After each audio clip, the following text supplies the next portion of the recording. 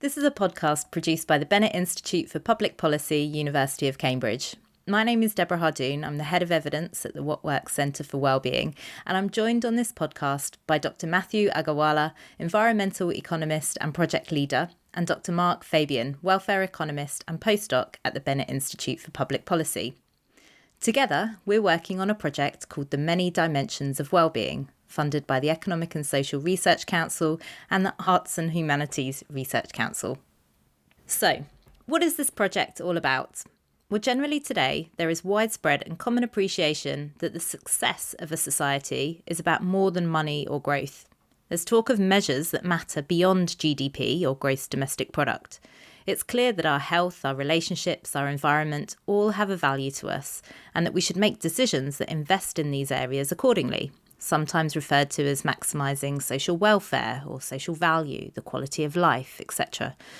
Never has that been more apparent than in the last year, where we have faced the trade-offs and costs of concurrent and diverse impacts to our health, our relationships, our jobs and the economy, all at the same time due to the COVID-19 pandemic and associated policy response. Where, as a result, in 2020, we saw the previously very sticky measures for personal well-being, which tend not to change much over time, become unstuck, with significant increases in anxiety and declines in life satisfaction and happiness, particularly during the uncertainty and shock of the first lockdown in March. But while it's recognised by policymakers and the public alike that all these different aspects of our individual and collective lives are important, there's less widespread appreciation of how to measure them and how to use this to inform how money is spent and policies get made. These sorts of beyond GDP type measurement issues are a very live and diverse area of research and practice. From the Sustainable Development Goals, the OECD's Better Life Measures, Scotland's Outcomes Framework, New Zealand's Wellbeing Framework used for budgeting, as well as various environmental, social and governance measures used in the private sector, it's a really exciting time to be working in this space. So, Matthew, can you describe first how this research aims to move the conversation forward, building on the range of measures that already exist and the data they've generated, to tell us more about what matters and which indicators are most useful in which contexts? One of the big questions is, how do we measure what matters to people? When we talk to people at the end of their lives, elderly people, and ask them, what do you think was successful in your life? What was the most important thing? The answer is essentially never, how much money did I earn over my working career? It's never just about the income. And so there are lots of different things that we think we ought to be measuring in the economy that go beyond income.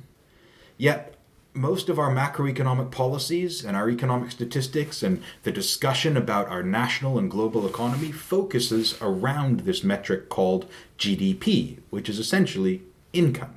So there's a disconnect between what much of economics has focused on, income, and what we think really matters to people in their lives. And that's really their well-being. And so one of the purposes of well-being research, and this project in particular, is to try to develop more useful, better metrics, and actually use those metrics to reflect what matters in people's lives, to inform policy. And so the question then becomes, okay, how do you actually measure something as waffly and nefarious as individual human well-being? Well, this is a question that social scientists and philosophers have grappled with for at least a couple of thousand years. And there are two broad categories of approaches to trying to measure well-being.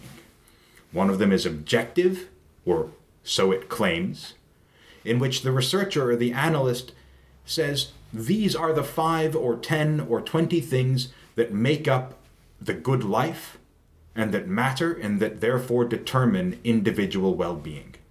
The analyst sets the parameters of what counts and what does not. And there's loads of good reasons that we might be interested in this kind of stuff, right? It gives us a balanced, even set of indicators for measuring well-being across individuals. So we might say, okay, income matters, but so does health, so does the quality of your relationships, so does your satisfaction at work. The researcher in these so-called objective measures set out these parameters and then seek to measure them. We compile that and call it well-being data. But the alternative perspective is what we call the subjective well-being framework, in which we assume that individuals themselves are the best evaluators of their own welfare and their own well-being. And so rather than saying that, well, income counts for 20% and satisfaction at work counts for 30% and your satisfaction with your family is 40%, we let individuals self-evaluate what they think makes up their well-being and score their overall well-being on a numerical scale. And so that places the power back on the individual, and we get subjective well-being measures. And we measure these usually using social surveys. Simple questions like, on a scale of 1 to 10, how satisfied are you with your life overall? And so we have two different approaches to measuring well-being. We have the objective and we have the subjective. The question then becomes, for this project, once we have a time series of this data, how do we actually use it to say something important and new and interesting about the world? And how do we develop policies to try to enhance that well-being? Yes, and your side of this project is very much looking at the data already generated, particularly some of these subjective wellbeing measures that we've already collected in the UK. Mark, you've got a slightly different role in this project, looking at data and measures of wellbeing from a slightly different perspective. So can you give us a little bit of an introduction as to what that part of the project is looking at? Yeah, absolutely. So what we're doing in kind of our side is trying to gather qualitative data, talking to people who are, in a sense, at the coalface of a particular part of applied policy. And in this case, that's people who have experienced a life-changing event and as a result of that are at risk of falling into poverty. And we want to investigate both whether there are some very interesting or relevant contextual factors to that kind of life experience that determine what thriving means to someone and that might have significant implications for policy. And then also whether those contextual factors and whether the practical circumstances of policymaking at that coalface have implications for how we should be measuring this kind of thriving and how we should be feeding those measures into policy production. So one of the kind of difficulties that we face in a lot of wellbeing public policy is that measures that we think work quite well at the sort of aggregate or general level when we're thinking about wellbeing, like these subjective wellbeing scales that Matthew mentioned, can often be a bit sort of opaque once we take them down to the level of a particular policy application or a particular person's life. So what we've done so far in a lot of wellbeing research is to take these numerical responses that people give to subjective wellbeing questions, put them into a statistical model, and then researchers and analysts try to collect variables, information about different variables and different factors that they think might affect those subjective judgments. So we might put into our model income and health and mental health and these kind of things, access to green spaces. And this is all really good and well, and I think we've learned a lot from this methodology. But one concern is that the people themselves, the citizens, aren't really asked what it is that determines their subjective well-being.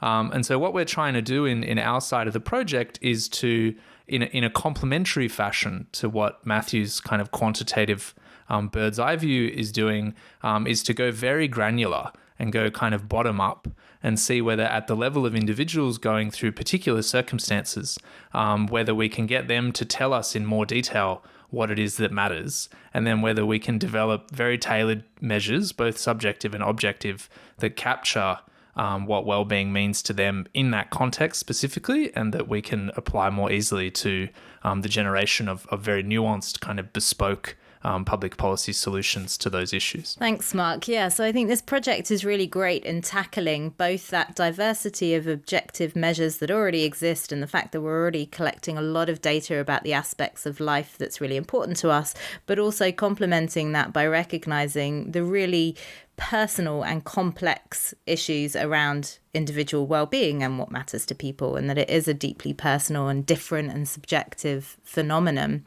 I think a lot of the time, though, when we talk about well-being, we can tend to think of it as a very individualistic issue. So when we're thinking about maximising well-being as a society and having it as a goal for policymakers at the more macro level, how can we use some of these measures to think about our collective well-being and what it means as a society to improve how we're all doing? Matthew, maybe to you first on that one. Yeah, well, that's a great question. And in fact, it's one of the driving questions that motivates this entire project. So we have now a time series of subjective well-being data, people individually answering well-being questions on social surveys going back a little over a decade now. And what do we see when we look at that data? Well, if we take a time series and we look at the trend of average life satisfaction in the UK over the past decade or so, we see that it's pretty stable. In fact, we can go a little further back and we see that it didn't bounce around very much. It didn't respond very much to, for instance, the great financial crisis. It didn't respond very much to, for instance, the Brexit referendum and the caustic politics and divisive society that we had. It didn't respond very much to the Scottish referendum.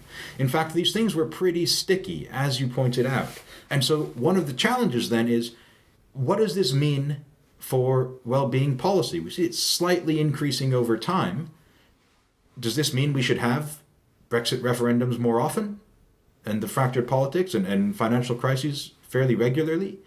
Well, I suspect that's not the right lesson to draw from this data.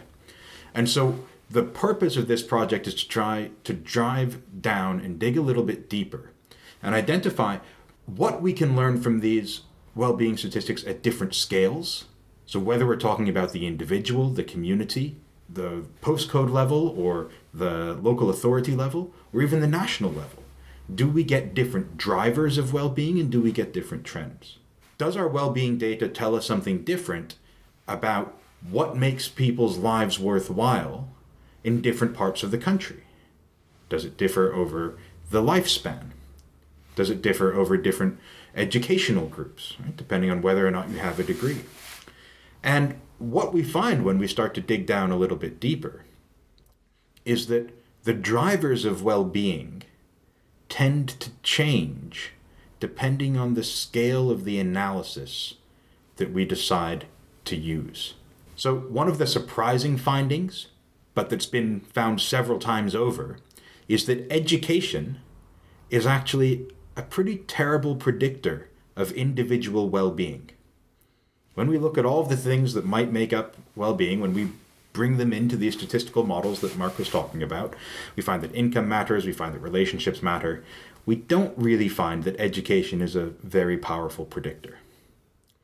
But when we look at the city level, or slightly higher level of aggregation, we see that education not only becomes a better predictor, but in some studies, the best predictor of community level well-being. And that matters for policy, because now we have to make decisions about whether we ought to be targeting policies that maximize individual well-being or city or community well-being. And so this project is trying to investigate, where are these structural breaks in the data? What drives well-being at different scales? And does it differ based on income or geographic location or ethnic group? And these are the kinds of things that I think we can start to investigate. And so to Mark, how do you see the deeply qualitative and personal reflections that you'll be bringing in from your side of the project correspond to that more shared and collective understanding of well-being and what matters, and, you know, in a way that is useful for policymakers and practitioners to design policies and interventions that help society in general rather than targeting just individuals? So what you asked Matthew is about how these well-being metrics can inform, in a sense, kind of collective goals that we have as a society that our public policy should serve.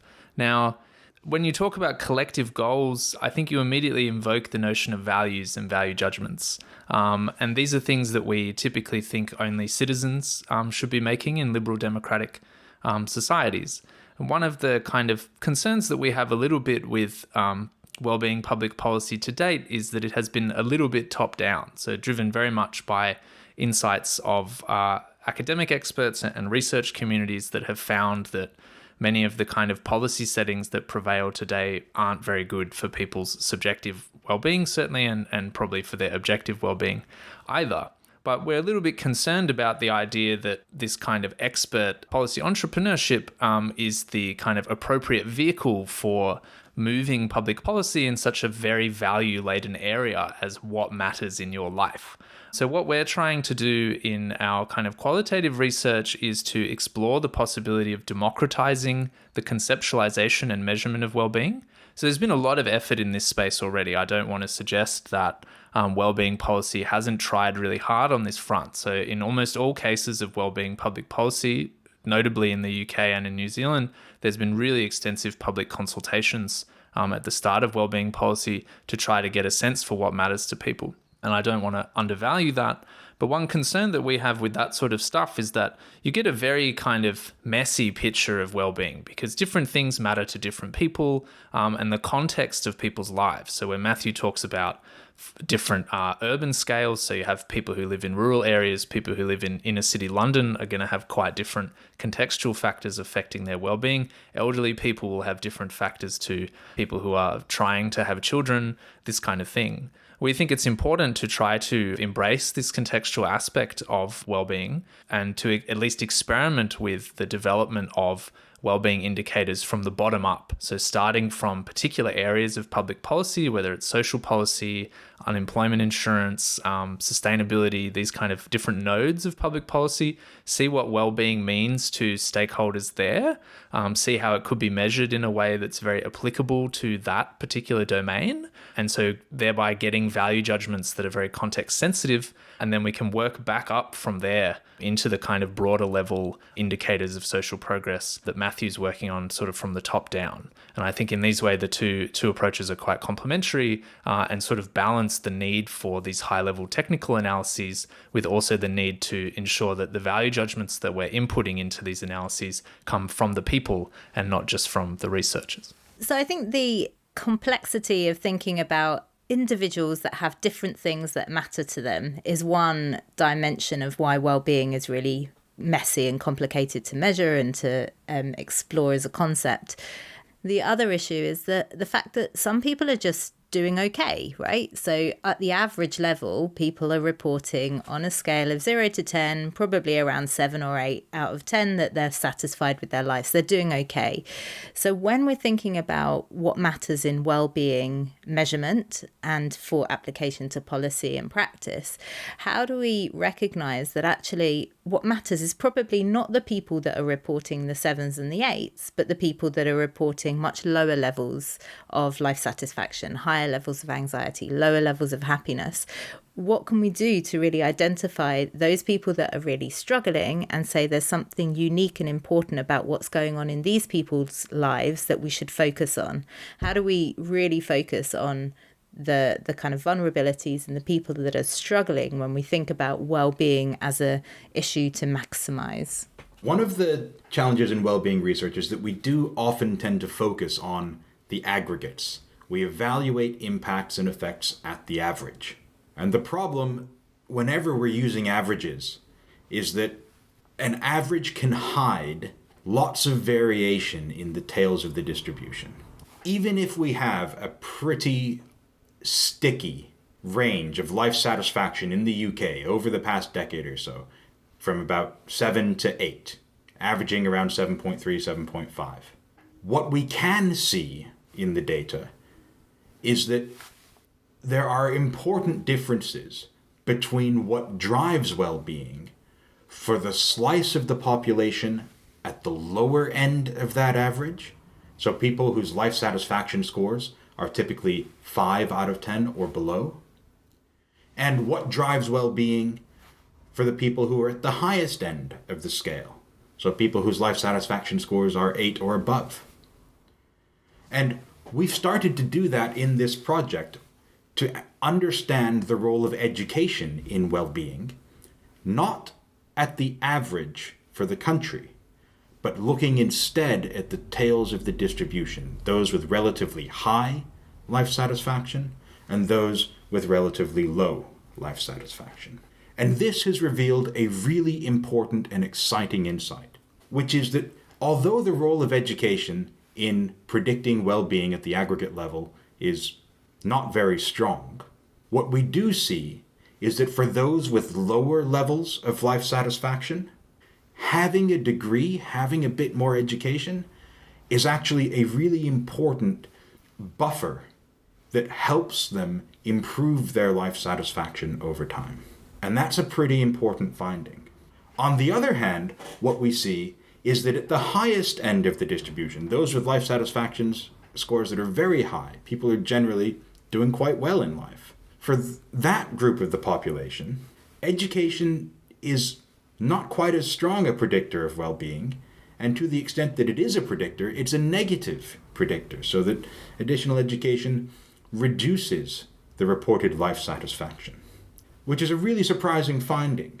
But maybe what it means is that, well, maybe some of the high flyers had really high expectations. And these sorts of differences really matter for how we target policy and how we learn what this data is trying to tell us. Because it means we can have different approaches for helping people at different levels of the distribution. Thanks, Matthew. And Mark, too. I mean, I think the whole focus on your part of the research is on a particular group that by definition are facing some struggles. Yeah, absolutely. So we're working with a national charity, Turn to Us, who works with people who are distressed as a result of life-changing circumstances. And I think it's very important that we do consider people who are doing especially badly on subjective well-being in public policy, because if there is in fact something like a homeostatically protected state of satisfaction where your neurochemistry, as it were, brings you back to 7 or 8, you adapt to bad circumstances, which is something that we do find in the literature, then if people are reporting 4, 5 out of 10, for example, then things must be really wrong. This kind of implies a state of homeostatic defeat, that neurochemistry has been totally knocked off kilter and you're in a really bad way. And equally or optimistically on this front, if we can help people out of those situations, then we'll see big improvements, 2-point jumps, 3-point jumps in their life satisfaction. That's a really big deal. At the same time, I want to maybe push back a little bit on this idea that we shouldn't care about the average as much. Or indeed, I want to say that we should also think a lot about people who are doing really well in well-being. So when positive psychology kind of got started, I guess in the late 80s, maybe early 90s, one of the motivating forces for it was this idea that psychology had focused overwhelmingly on negative psychology, on depression and anxiety and stress and these kind of things, psychopathology, and that there was a dearth of information on what really made someone psychologically flourish, what it meant to have a really healthy psychology. And I think a lot of the research in this space has been dedicated to helping people get from, say, 7 or 8 out of 10 to a situation where they're like, oh, my life is fantastic. And I think this is quite relevant to the economic policy discussion as well, because in the literature and the thinking around moving beyond GDP, a kind of implicit question is, well, what do we do once we're rich? It seems to be the case that among people who are quite materially well off and have all the means to live a good life, we still don't necessarily see this kind of psychological flourishing. So I think a kind of common metaphor or common sort of symbolic representation of this trope is the kind of Scrooge person that's common into a lot of Christmas movies and Christmas stories, is that you have this kind of miser who only cares about money and thinks that the only thing that matters is wealth and working hard, until kind of on Christmas Day he comes to realize that there's more to life than just money, and it also matters that you're a participant in your community and that you're generous and that you have some kind of meaning and purpose in your life. And I think there's a very important and very transformative potential within wellbeing public policy to give us a kind of rich answer to what do we do once we're rich? Like, even if we have all the means, how can we ensure that we really think life is fantastic, rather than just being like, well, those people are fine and we don't really need to worry about them too much. That's really interesting. And in terms of why we don't find ourselves in a very happy and satisfied place, even once we have the resources and the money that we might think that is the key to that happiness. I was wondering if we're just not learning the lessons from the data. So if you think about what is good for us and how we should spend our time, I'll use the example of what we've been doing during times of COVID. If I choose to spend my time watching the news and following the latest government updates very religiously, then the data tells me that actually that's going to be quite bad for my well-being. That's going to make me feel more anxious, less satisfied, but I might still turn on day in, day out and follow those news updates. Why am I doing that rather than going for a run, for example? Why am I doing that rather than engaging in some kind of creative endeavor? Why am I not, following the lessons of the data and behaving differently? Well, I dare say on this question that a lot of the time, maybe we are learning the right lessons, we being the research community, but we're not necessarily passing those lessons on to the public.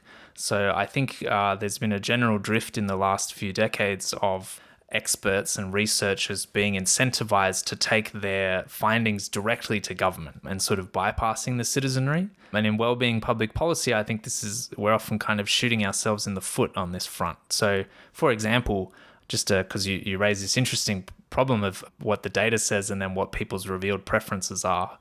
I think quite a robust finding in the literature is that commuting is just terrible for your subjective well-being.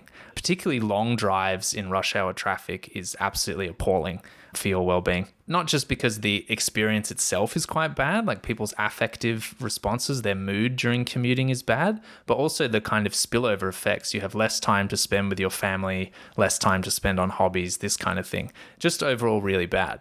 And yet we still see a strong push, particularly in America, among the public to have more investment in roads and allow people to drive big cars and live in the suburbs. Even though the research would maybe suggest that we should build more walkable neighborhoods, more density, mixed-use residential, commercial, kind of have more of a street life, this kind of stuff. And I think that research is really strong. But the key thing is that if you don't convince the public, if you don't change culture, if you don't change values and convince the public that, in fact, they would be happier under those circumstances, and instead what you do is convince government to change things. So you go to the town planners and you say, you need to stop zoning for low density. I mean, I agree we should stop zoning for low density. But regardless, you should build a lot more high density walkable neighborhoods. If the public doesn't want that, then you're just going to get a democratic backlash. And I think we've seen that in a lot of cases, particularly in the US. In any time the kind of mode of policymaking is technocratic in this way and the public isn't brought along through cultural changes, eventually there's a kind of backlash and a populist, quote unquote, politician who's happy to respond to those grievances. So I think it's important that we learn the right lessons from the data, but I don't think there's too much controversy over those lessons. I think part of the issue is that we need to do a lot more popular work. And I think this sort of stuff, this podcast and the other outputs of the What Works Centre are really good on this because they make this sort of research accessible to the public and mean that we can change minds and change values. And from there, it will feed through into changing policy. Can I just come in on this? It's a really interesting point. And now it's my turn to push back. Because Mark had said, we, the researchers, learn the right lessons, but we don't communicate this very well to the public. While I'm willing to accept that not all researchers communicate to the public very well, I do think the What Works Centre has been really uniquely effective in doing precisely that. But I also want to just point out, it's hard. Even though we, the researchers, know that what we should be doing is going for a run and turning off the news. If you looked at my activity tracker data, you would know I should know better. I should be going for runs, and I don't. Not nearly as much as I ought to boost my own well-being. And I know this through the research that we do. It's hard. It's not just knowing what we ought to be doing, but there's something else there that needs to happen to get people from knowing what ought to be done and finding the will or the way to actually do it. And that requires the public engagement. And there's a balance, though, because it requires will from the individuals. It requires community pressure, social pressure, to do the right sorts of things for our own well-being. But I think it also requires an active role for policy to help get people off the couch and onto the nature trails. Yeah, I'd make one quick point there, which is just that, I think we often need to have policy facilitate a lot of these things. So we talk about going for a run because it's easy. Anyone can go for a run. But for most people, maybe they want to go play soccer, but there's no kind of community soccer fields. There's no easily accessible club that they can just walk into that organizes games on a regular basis. And part of the reason why these don't exist is because we have slowly gutted the community infrastructure as a result of a particular policy logic. So I do think there is a lot of potential here for policy making. I just want to stress that values element. Now we've come full circle, because one of the reasons that we have seen the erosion of these social infrastructure spaces, the local soccer club, one of the reasons we've seen them sort of fall behind is because they don't demonstrate an impact on market output, on GDP, and on income in our traditional economic statistics. And so we don't look at them as valuable community resources in the way that we ought to. But one of the things that focusing on well-being can do is demonstrate just how important these things really are to what really matters to people.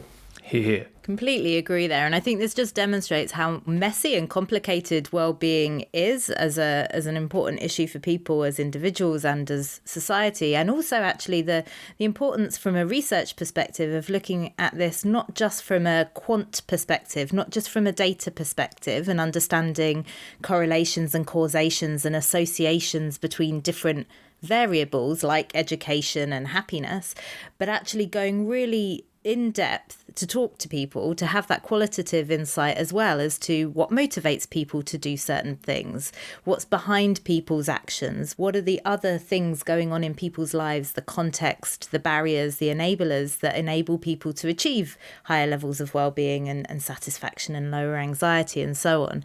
So I think it's a really fascinating area to look at from a research perspective and really demonstrates why in this project, for example, we're complementing a kind of hard data quantitative aspect with that much more granular and personal qualitative insight into how people live their lives and what's important to people.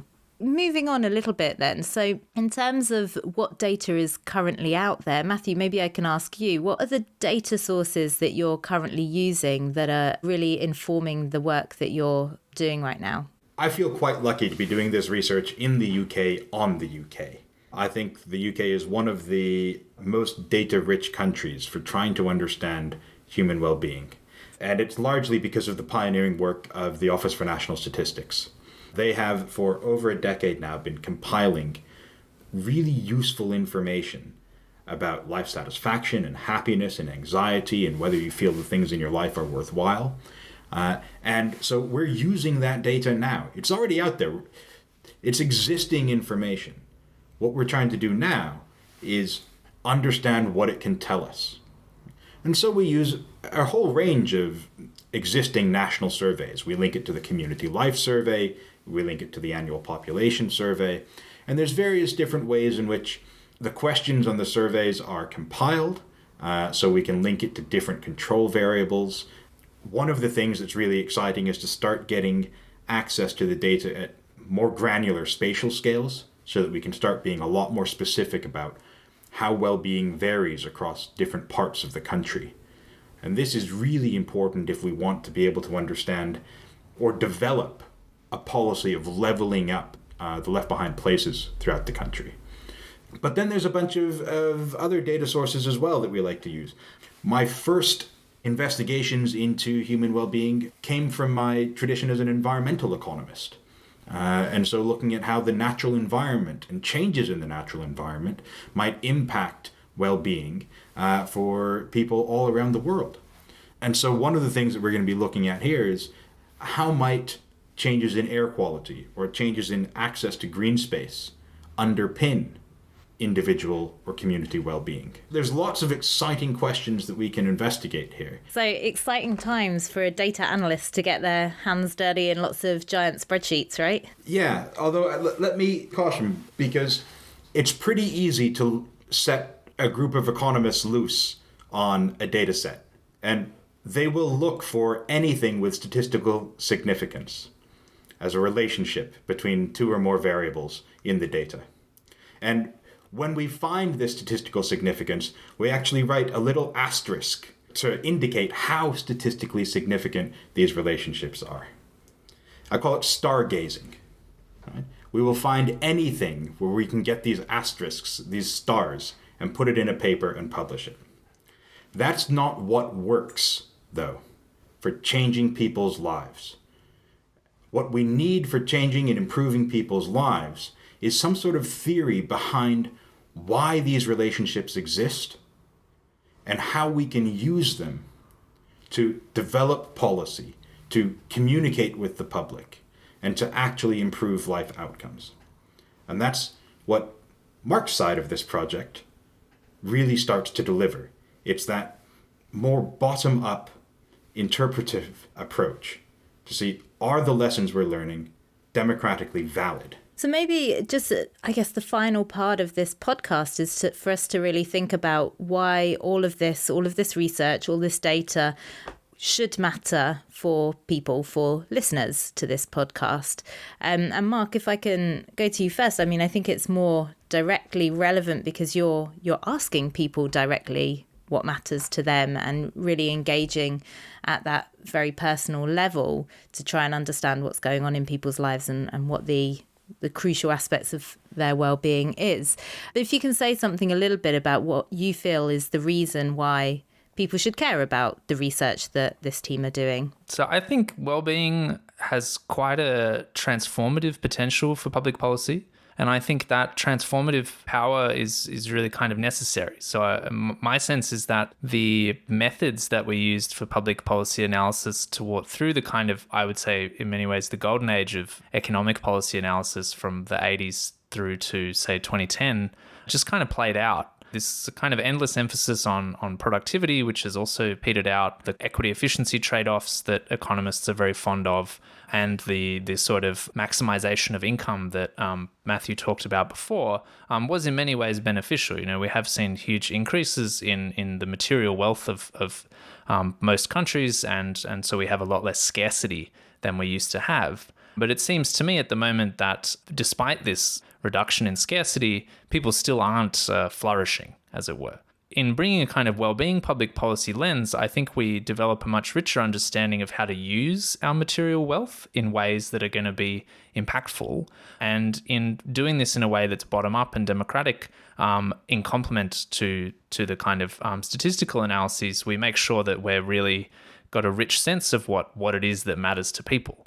And so some of the things that I think come out of this kind of way of looking at public policy are that, as we talked about before, it's sort of maybe less about just redistributing this wealth directly, and more about making sure that the kind of public goods and social investment is available, and the basic means is available to everyone to pursue whatever life it is that helps them flourish. So if people do want to go for a jog or do want to rather play soccer, but the community infrastructure is not there for that, then that's really bad. And equally, if we don't have the kind of education and the health and the political enfranchisement and these kind of things to enable us to live the kind of life that we want to lead, then it doesn't really matter if we have all the income, because we need to figure out how to transform that income into that life.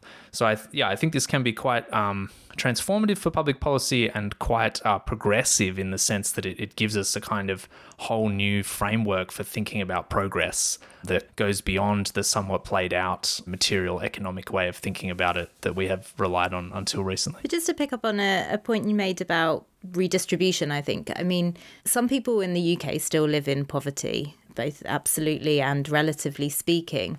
And we know that money still does matter as an important aspect of our well-being. So rather than this well-being agenda, not support an approach to redistribution of income and wealth and financial security, surely there is actually more of a case for well-being to say that there needs to be a aspect of a level playing field of basic resources and capabilities. Yes. So I certainly think that the evidence that sort of relative income effects matter, so people are made sad by being at the bottom of a ranking of income, and that kind of relative deprivation is really important to people's subjective well-being, is quite a strong body of literature.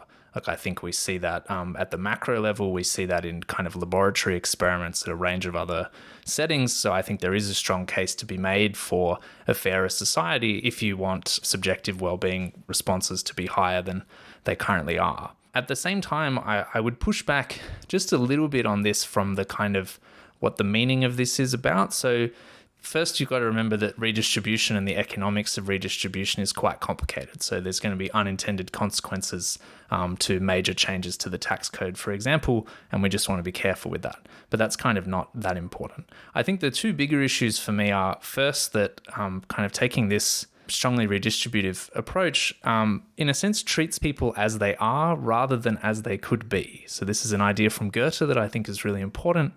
So relative status effects are undoubtedly, I think, partially a function of rich people being greedy and proud of their wealth and their relative wealth, and poor people being kind of envious and sad about their lack of wealth.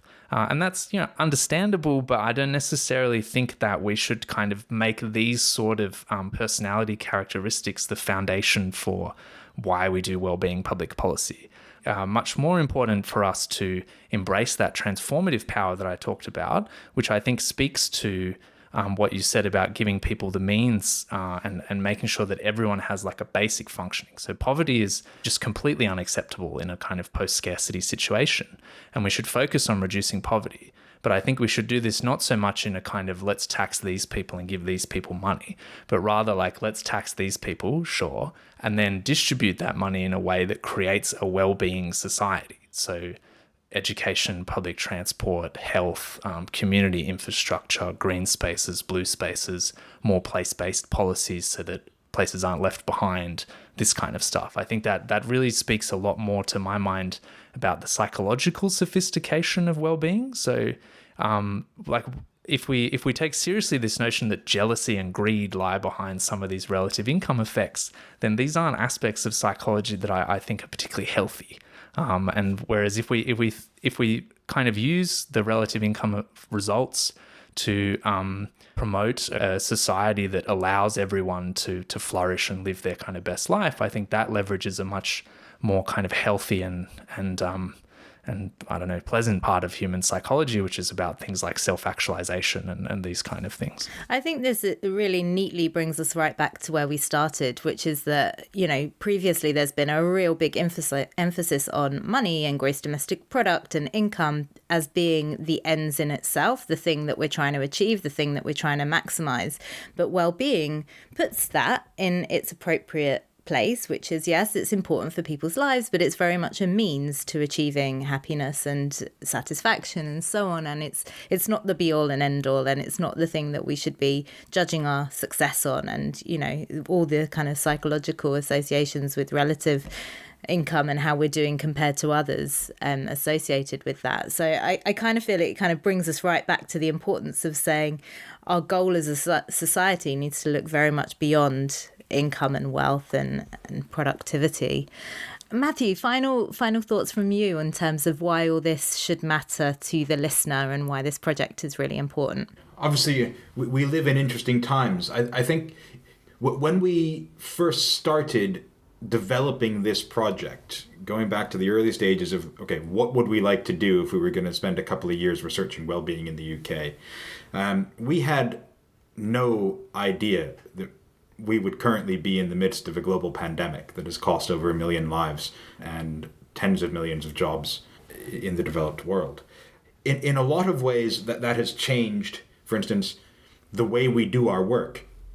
We're recording this remotely from our home offices rather than together, which is what we would have been doing.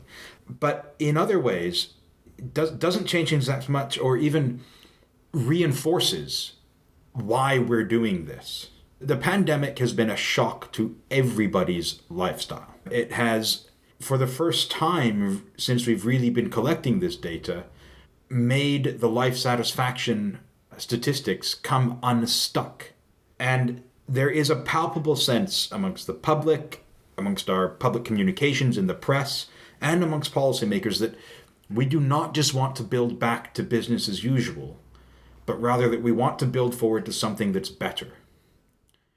And I really do think that if we want to change the outcome, if we want to build forward to something different, then we're going to need to use different metrics to get us there and different yardsticks to measure success.